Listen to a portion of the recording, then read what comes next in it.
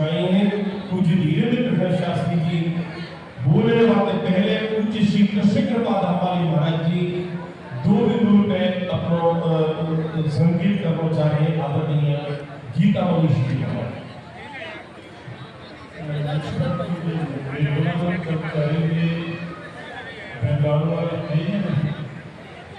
बेंगलोर से मेरे गुणानंद जी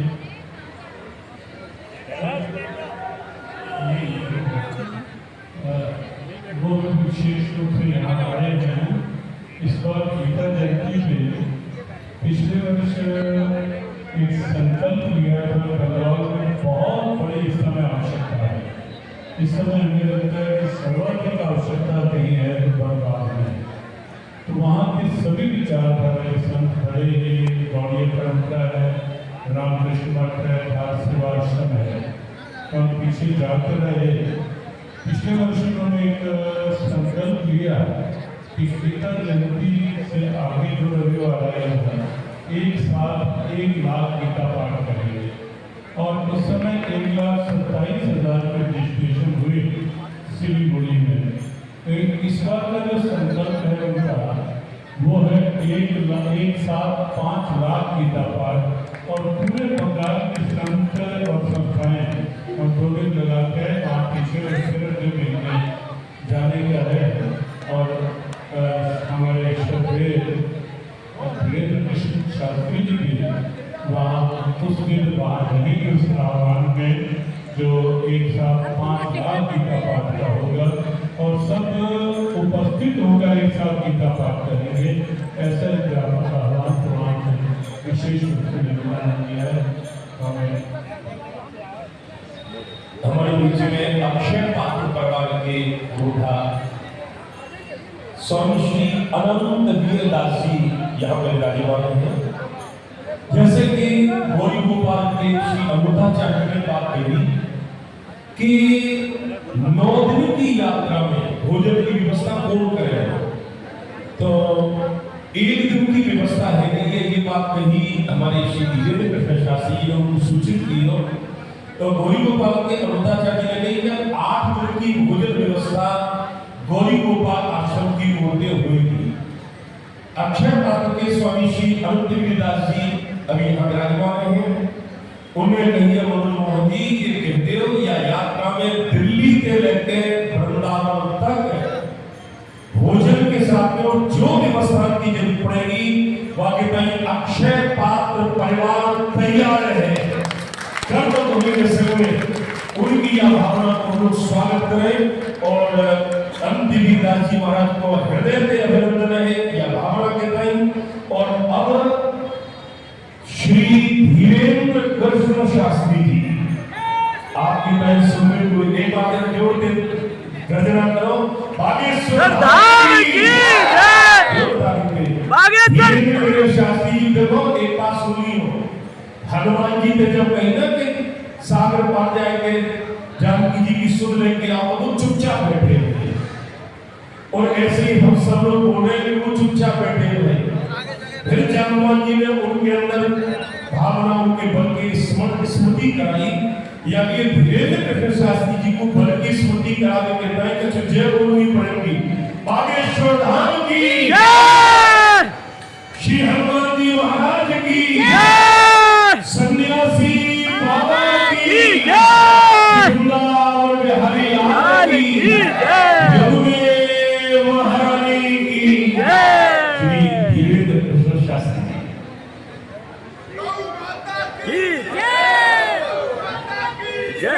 बोल बागेश्वर सरकार की, सरोज मैया की, सन्यासी बाबा की।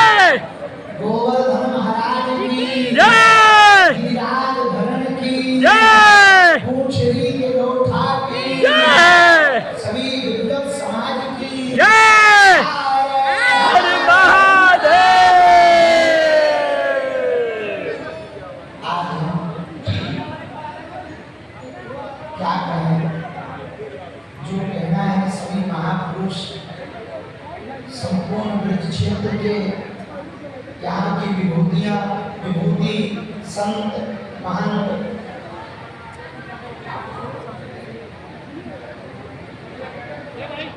पुरोहित पंडा समाज के सभी जन विद्वज्जन, आप सबने जो कृपा बरसाई, जो आशीर्वाद दिया, वो कितना अभूतपूर्व है।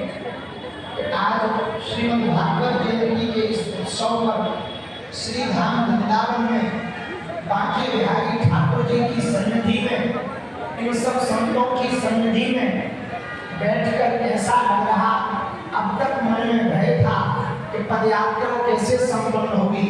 अब संतों के आशीर्वाद से हम अभय हो गए।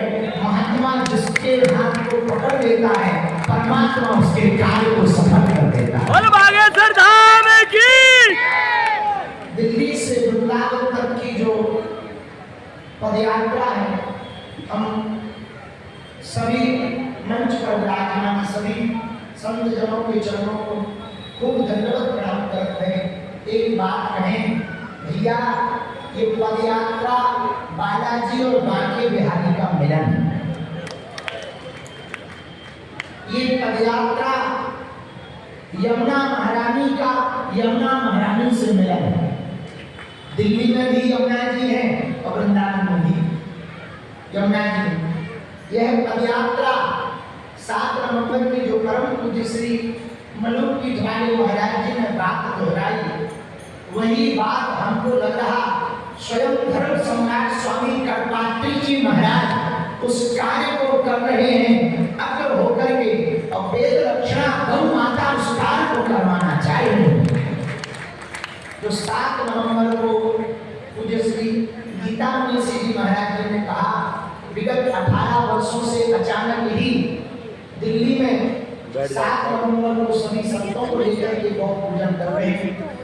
हमने पूर्ववत तो कोई विचार नहीं किया था 7 नवंबर को क्या देख रहे हो काम कर रहे हैं। जरूर विचार किया कि भारत यात्राओं का देश है।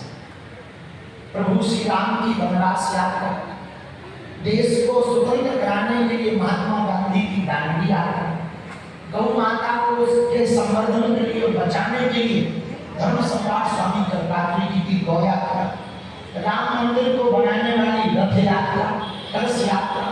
अब हमें लगता है ब्रज को पुनः ब्रज बनाने के लिए, मांस मदिरा मुक्त कराने के लिए, यमुना की शुद्धि के लिए और ब्रज की रज को बचाने के लिए, भारत को कृष्ण जन्मभूमि में ठाकुर जी को बैठाने के लिए और भारत को हिंदू राष्ट्र बनाने के लिए यह यात्रा है।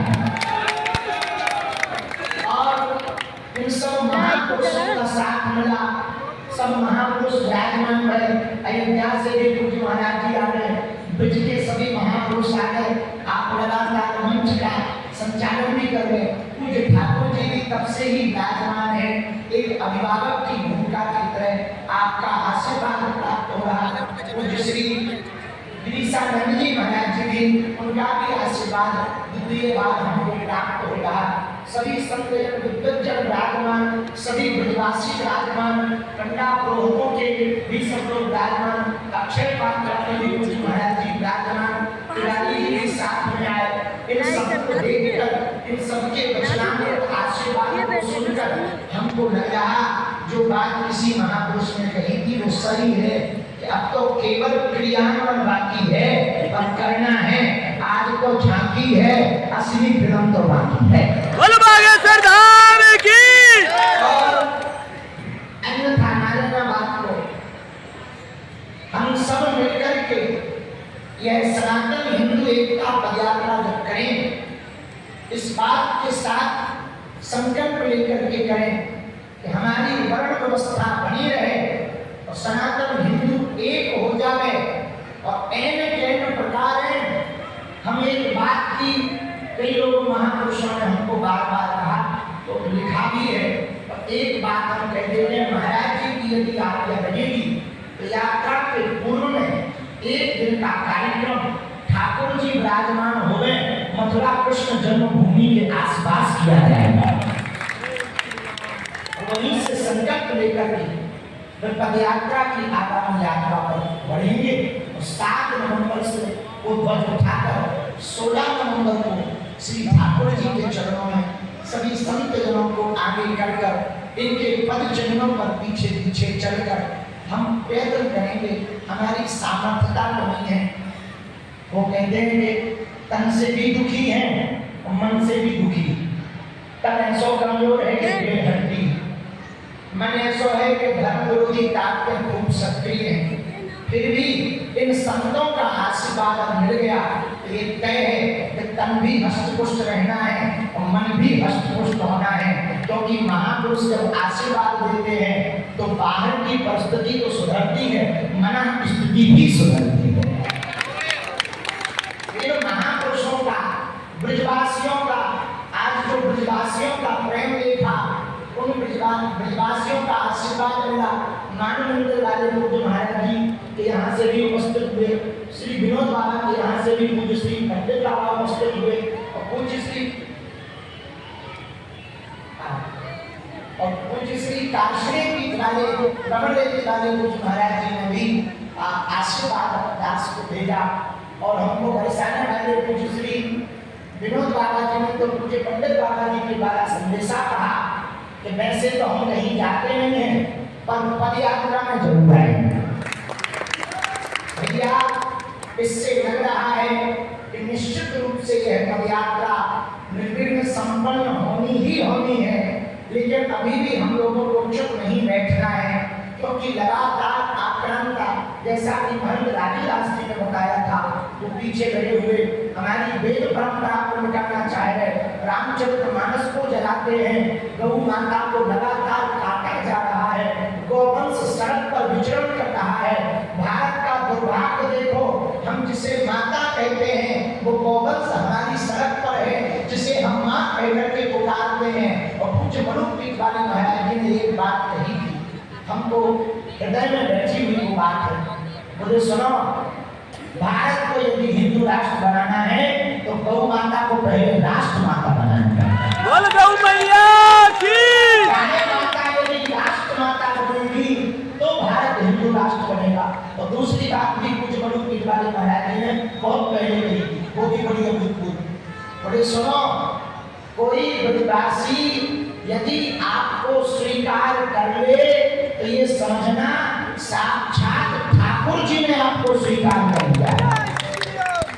और आज सभी ब्रजवासियों का जब हमें आशीर्वाद मिला, समस्त ब्रजवासियों की कृपा मिली, तो हमको लग रहा कि ठाकुर जी ने तो स्वीकार किया भी है, उनके जो अष्ट सखा है उनने भी हमें स्वीकार कर दिया होगा, और बरसाने रानी ने भी हमें स्वीकार कर लिया होगा, क्योंकि विनोद बाबा के यहाँ से भी आशीर्वाद मिला। तो अब हमें लगता है संपूर्ण ब्रजवासियों ने हम पर कृपा कर दी होगी। बची खुची हम पांव पकड़ के कृपा देंगे। बरसाने वाली में बरसा भी करवा दे तो जल वृष्टि भी हो गई, इससे निश्चित होगा कि यज्ञ कोई हो गए तो जल बरस जाए तो सफल है। आज संतों की सभा हुई तो यज्ञ हुई तो जल बरस गया, मतलब सभा सफल है। बोल बरसाने वाली मैया की।